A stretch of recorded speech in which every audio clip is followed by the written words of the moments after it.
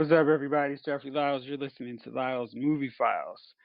Got an interesting show tonight because we got a bunch of changes going on in the world of Hollywood and on the small screen for some of your favorite shows. So let's talk about them with the fellas. What's up, little brother? What's up, bro? How are you? Coolin'. How about you? Good right now. Good deal. Chief, what's up with you? Oh, everything is good, man. All right, let's start off with the big news of the day. Disney announced what we all expected. No, that Black Widow is not coming to Disney Plus, but that the film has moved from its second or third release date of November 6th to May 7th, 2021. That's going to mean that Marvel Studios is not going to have a film come out for the first time since 2009 after the gap from Iron Man and the Incredible Hulk till Iron Man 2, which is kind of wild when you think about it, how they've been that consistent for so long. But with the state of movies and movie theaters the way they were, it didn't seem like it was going to be a sale or a way that they were going to get that across. I am kind of hoping, or I'm disappointed that there was no Disney Plus premium option for this one, but I know they have big hopes for Black Widow, and this is kind of inevitable. Fellas, what do you think about this? You disappointed that we're not going to see a Marvel film in 2020? Well, I'm not disappointed because it's funny because I think Disney, well, Marvel arm of Disney took we don't want to make our second our real like first in the franchise in the MCU franchise Black Widow, her only standalone movie, which she should have gotten years ago. We want that to be a big success, and we don't want it to kind of. We've already probably got as many people as we could get extra on the premium side, so we probably just is like they just probably knew they couldn't make up the numbers to make, and that that should be like a $300 to $400 million movie, and I don't think they could have made that up on Disney Plus with the premium option. So I think it's the best option they have, and it still gives us a little bit of time from home. What is it? Far From Home. So we're still just kind of we get to watch those movies for a while until it's ready to come out. Good deal. Chief, what do you think? I guess everything can't go on Disney Plus. You know what I mean? Because I tell you what, if this thing ever clears up and we're ever able to go back to movies again, it's going to be one hell of a movie season, won't it? I mean, every movie you've ever wanted to see, every movie from 2020. Dropping into theaters around the same time is going to be glorious. In all honesty, is one of those ones I could probably wait for. You know what I mean? Like I'm not a geek to see it like Wonder Woman. I want to see it, but I'm not.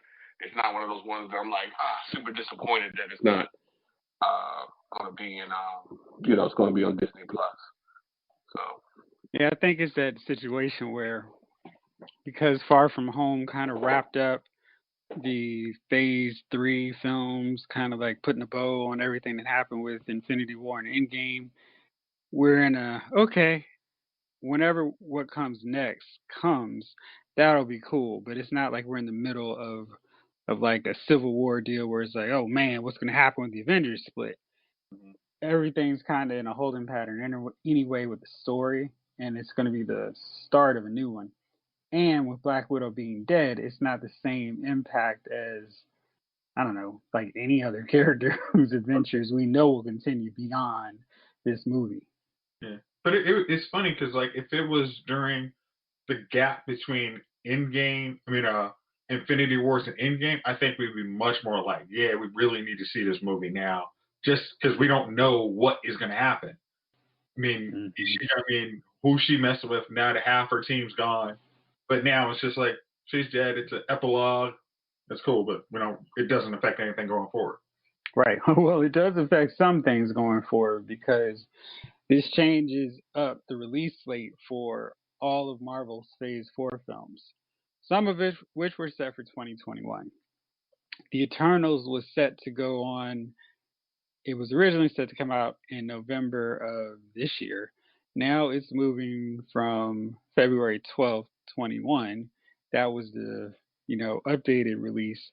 Now it's moving down to November 5th, 2021. And it's funny because Hasbro has already started making figures for the Eternals, and the Salma Hayek figure was shown. I don't know how widespread released it is, but we know what that figure looks like and what her character is going to look like.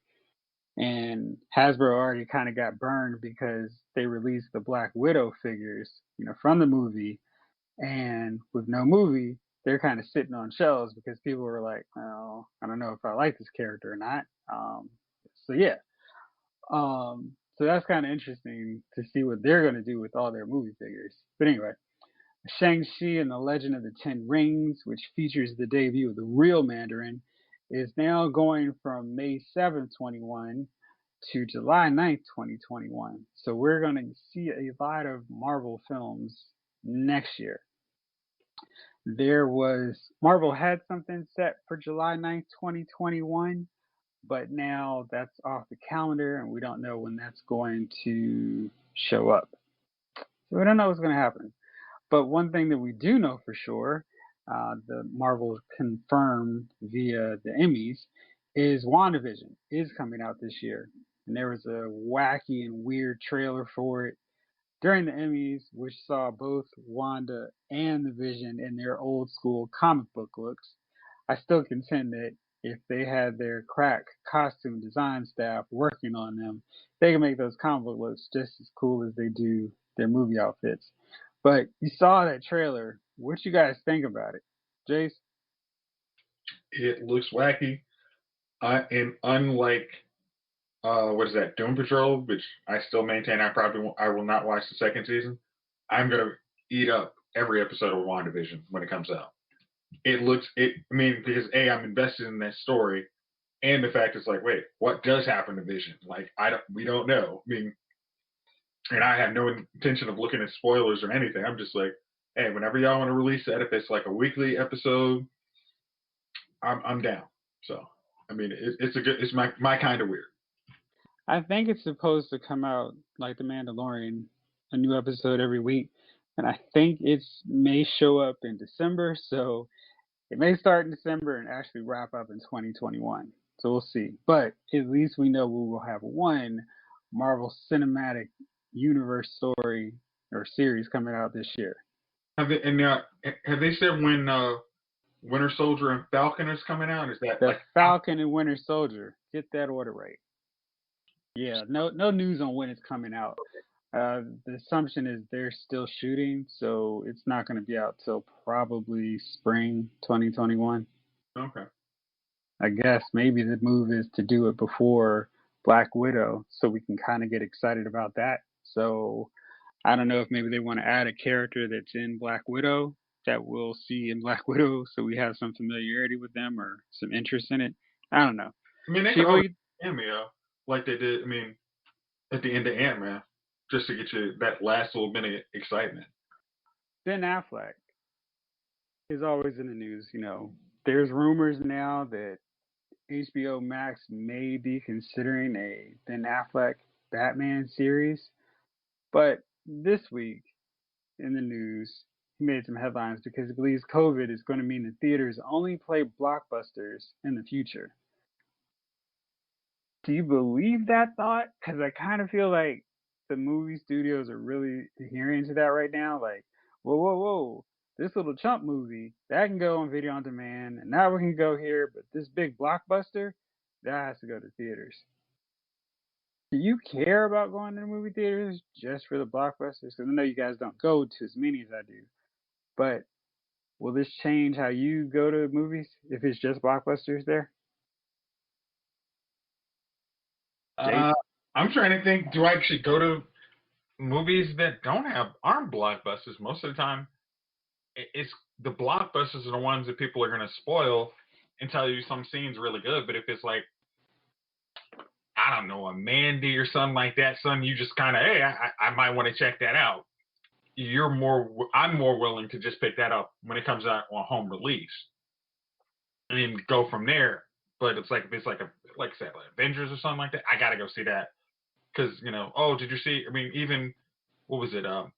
was it I can't believe they killed Quicksilver. Yeah, well, I'm just thinking about like Batman versus Superman. Oh man, did you see Jonathan Kent's back? Damn, thanks. Why was he there? I mean, I don't have to deal with that from an indie movie that I know isn't widely seen from the masses. So, and if you're a movie studio, you might, that's the equation you have to start making. It's like, if it doesn't cost us $100 million to make this movie, can we release it for home release, and do a premium price in our streaming service? I'm thinking they're going to figure. I mean, they're using right now as that test case to see if that's the way to go. I mean, heck, Netflix is still making money, so yeah, you have to figure out what's best for your actors and to try and keep your bottom line good.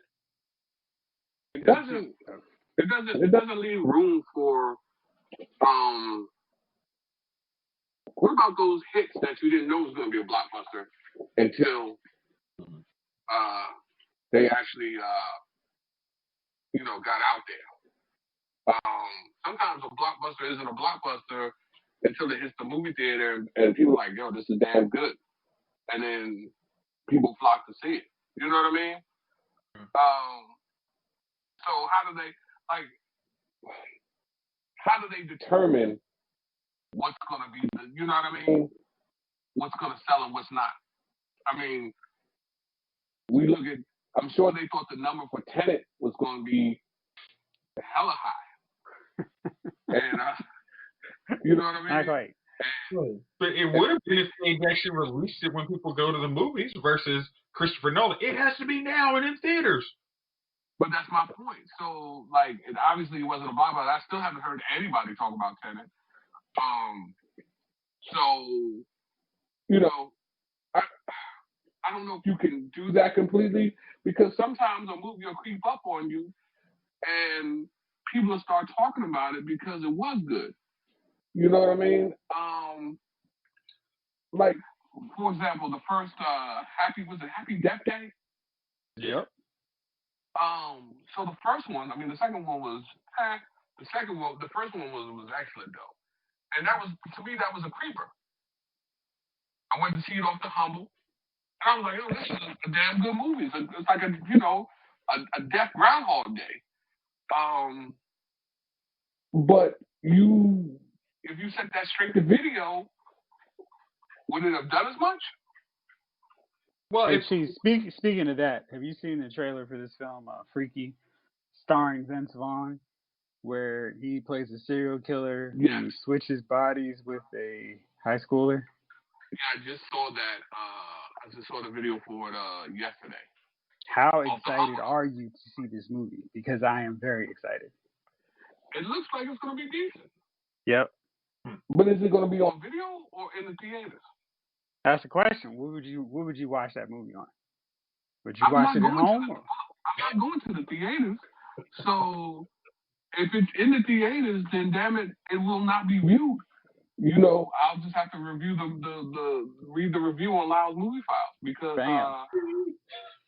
I think they're doing it on both, man. They're doing it on video on demand too. Well, if it's on video on demand, I will check it out because it looks damn decent.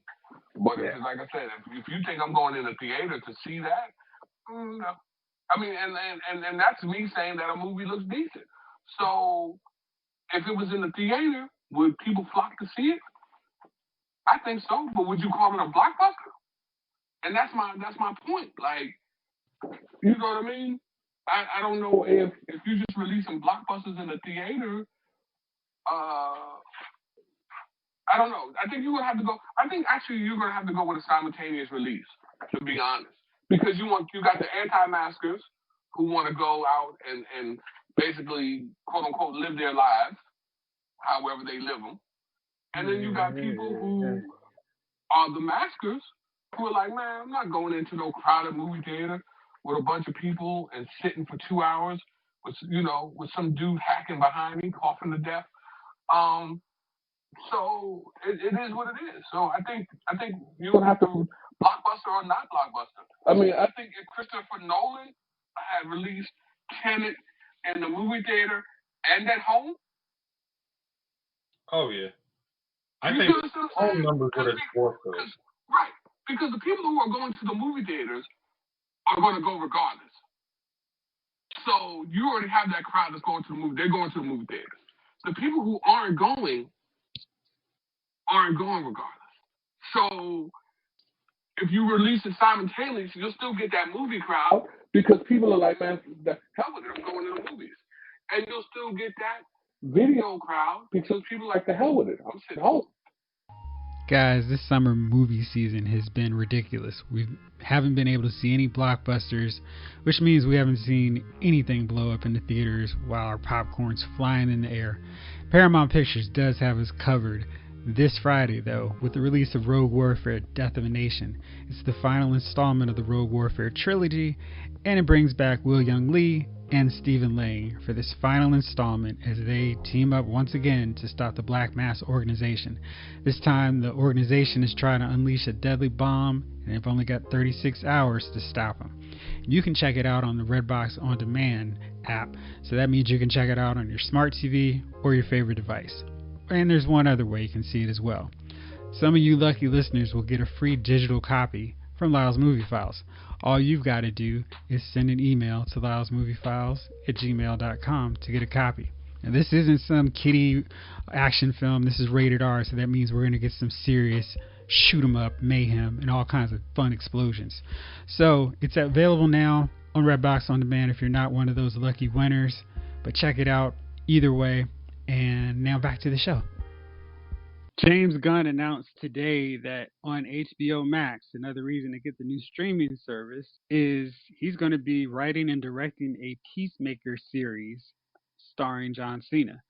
Peacemaker is going to be making his debut in Gunn's Suicide Squad film. So I guess maybe it stands to reason he's going to survive. If you're not familiar with Peacemaker, he is the model or inspiration for the Watchmen character, the comedian. He starts out in the comics as a pacifist diplomat who is committed to peace and uses non-lethal weapons. Eventually, he has a bit of a breakdown and learns that his father was a Nazi death camp commandant. There we go. I can say the word. And now he's starting to have these nightmares or trigger visions that his father is criticizing his every move. So then he starts killing people. And then he starts thinking that the ghosts of the people he killed are giving him advice in his helmet or offering him advice. Then he becomes a member of Checkmate and eventually joins the Suicide Squad as well in the comic books. He has a lot to explore in a series. So this could be an interesting character, and John Cena looks like he is finally ready to peace out for good with the WWE with a TV series based off a comic book character. You guys interested in checking this out? Based on that premise, yeah. That actually, I mean, like, that sounds like there's a story behind somebody. It's like, oh, okay. I mean, I could see you doing one season. I mean, like, you got a good first season of him trying to be a pacifist. Then, he has his little starting break. Then, second season starts exploring that a little more. Third season goes buck wild or something. I mean, that sounds like fun. I think, and the interesting thing is, like, I think John Cena could do a really good job in something like that as a character. I mean, because it's like his WWE performances, can read his lines well. I mean, he's convincing, and then he's actually got some size, looking like he can throw. I mean, we've actually seen him do some crazy stuff in the ring. So him as a superhero actually is really impressive. Supergirl is ending after this upcoming 6th season.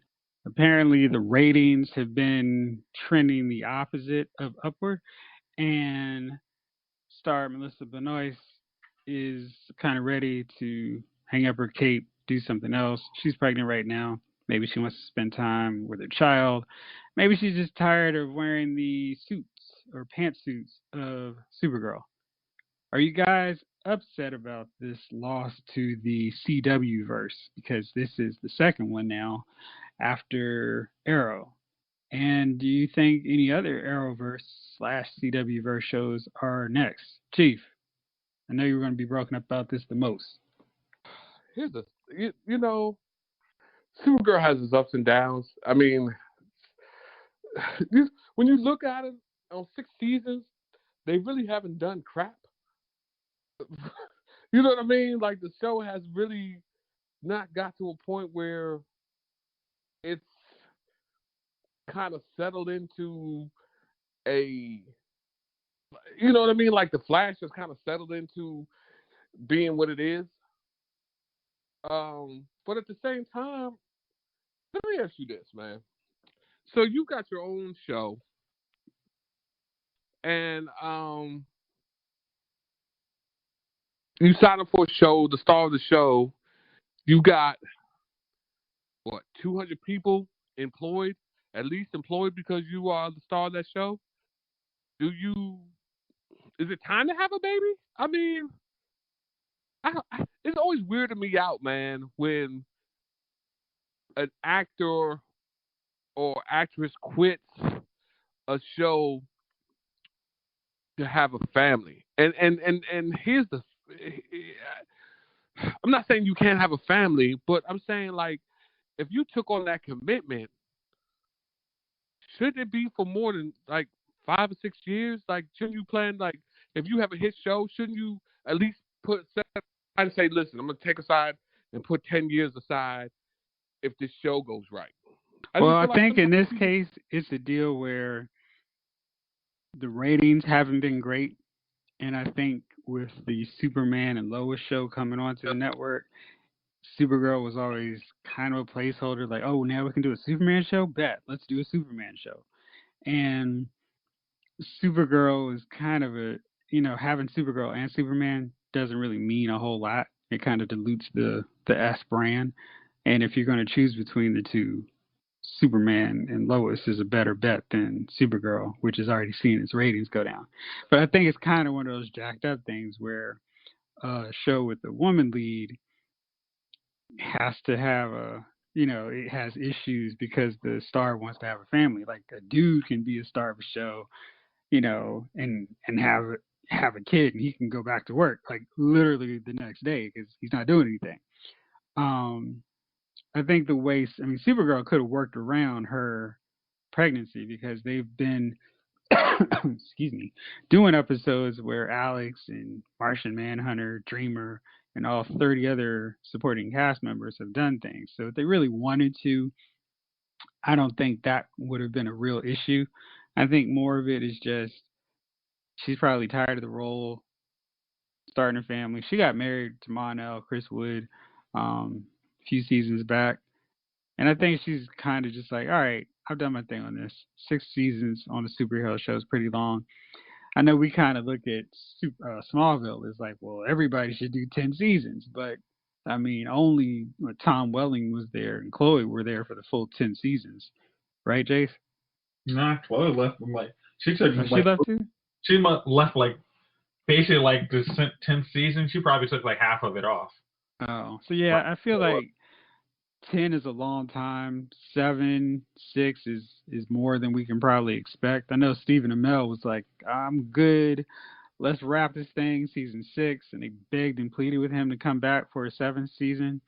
And he was on there for about half that because they were working so hard on that spinoff. And, just based off of how that's gone, I'm wondering how much longer we've got with The Flash. I think, honestly, it's like once they get to 100 episodes, I don't think any of the CW shows, like the Arrowverse shows, are going to get to 200 episodes. I think that's laughable. Flash could. Flash could, but I mean, his ratings are still good. Hey, shout out to Supernatural then. Oh, no, Supernatural had their formula down, and I mean, like I literally just finished watching like season 5. I still just like, that was phenomenal. And they've still never they've only had one bad season since that, and they're in season 16. But these superhero shows, their formula is, I think theirs is more likely to just get older quick. I mean, they have the same stable of supporting cast that stays around way too long. and then they dilute the brand. Just, I mean, as we say about Flash and all of the, Arrowverse shows, the main character starts getting pushed out more and more as the seasons wear on, and it starts to get more and more noticeable. And so I wouldn't be, I mean, if Flash probably lasts another 2 seasons, I would be surprised.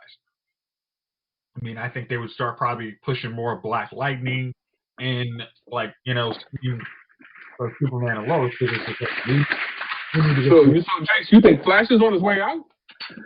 I don't see any of them going.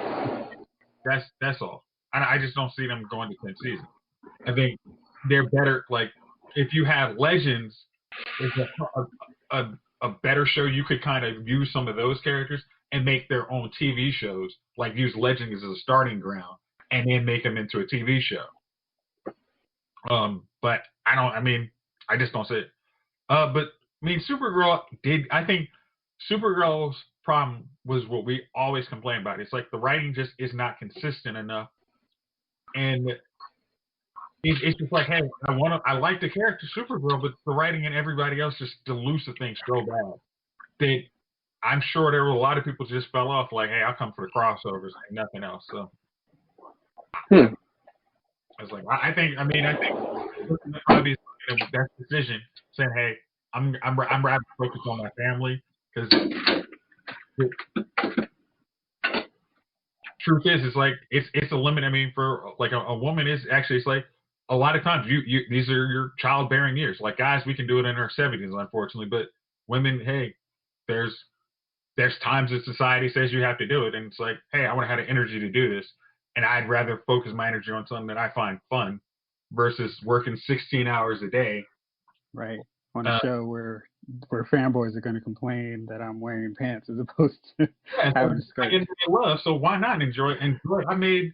I don't know if the CW people were making like $1 million an episode, but if you come out of, what is that, like a season, and you make like, say, $6 million a year, you made $36 million on a show. I'm thinking you're not hurting at all. You're like, you know what? I understand this. I made my money. I'm good. And then I can go back to making movies when I'm actually feeling refreshed and ready to go.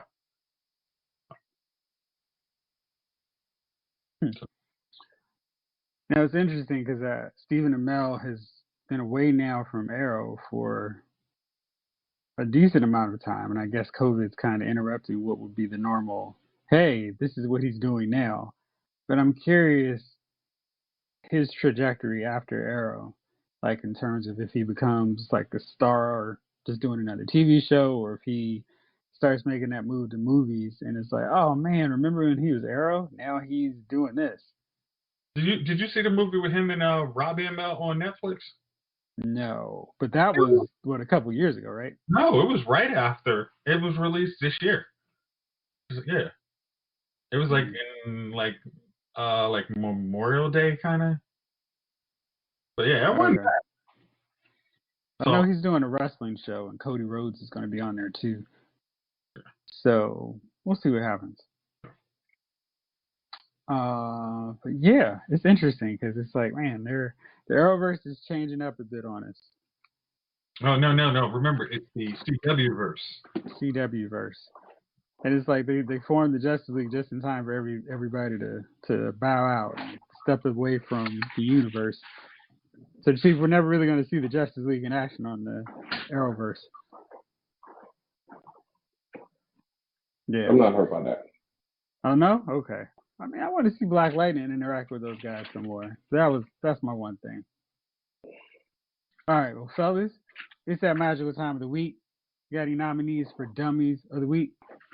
Jason, start with you. Oh, gosh, man. All right. My Dummy of the Week is the Denver Broncos. Denver Broncos, we lost our starting quarterback for 6-7 weeks. And, you know, we're in a our backup, I think he did, 2 interceptions. Serviceable. But we needed actually another guy on the roster. I heard there's like this kind of decent, you know, went to a Super Bowl, couple NFC championships quarterback, man, or kind of run first offense, which, you know, Vic Fangio, you know, in his wisdom, wants to do. So instead of getting that quarterback, he decides to go with Blake Bortles. Blake Bortles is trash. You know, Blake Bortles won all of 12 games once in 5 years. Most of the time is hovering around that 4-win mark. Yeah, we decided that's the way to go. We don't want to start controversy, or we don't actually want to win football games. We just want to say we have a quarterback. And since we can't actually make any money on Super Bowl on ticket sales this year, why bother actually trying to put a winning product out there? So, my dummy of the week is the Denver Broncos for going hard for that top 10 draft pick. That's a fine choice. Chief, do you have any nominees? I've always been an advocate for fairness. I'm petty, but I'm fair. And here's what I mean by that. So everybody here, you're JC on Facebook, Jeff, you're on Facebook, we're all Facebook friends. As you know, last week I had a birthday. So what I did for my birthday was I took screenshots of everyone who wished me happy birthday, right? So that when the little bubble pops up and tells me it's somebody's birthday, if they didn't wish me happy birthday, I know I'm petty, and I hear the laughter. Are you calling that petty? I think that's just what you should do. Come on. I'm like, if they didn't wish me happy birthday, then I'm damn sure not going to wish them happy birthday when it comes to their birthday. You know what I mean? Because I have almost 400 people that that I'm friends with, and my people, the 400 people that I'm friends with, are 400 people that I know. You know what I mean? It's not, some Rudy Poo from India, so on and so forth. These are people I know. There's not, these spam joints that be hitting you up. So I see you posting, so I know you're on this joint because I see other posts from you. So if I didn't get a happy birthday wish, I look and I'm like, I'm not wishing this bastard a happy birthday. And so you will not get a happy birthday from me if you did not post. And I just feel that's fair. And so that's what I'm saying. I'm petty, but I'm fair. And I just wish that I wish that it was just like that in out here in the world. Like, yeah, you can be petty as long as you're fair. My nominee for Dummy of the Week is my man, the one and only director of Avatar, James Cameron. He is happily announcing that Part 2 is completed and Avatar Part 3 is 90% done. And to which I and the rest of the collective world go, so let's see what happens after he deals with a superhero world where the game has been stepped up and he's still working around with little blue people and avatars. He's going to have 3D blue people that no one sees. Nice. Yeah, in theaters that no one will go to. Yep. All right, well, fellas, thank you as always for rolling with me. Thank y'all out there for listening. This episode of Lyles Movie Files has been filed.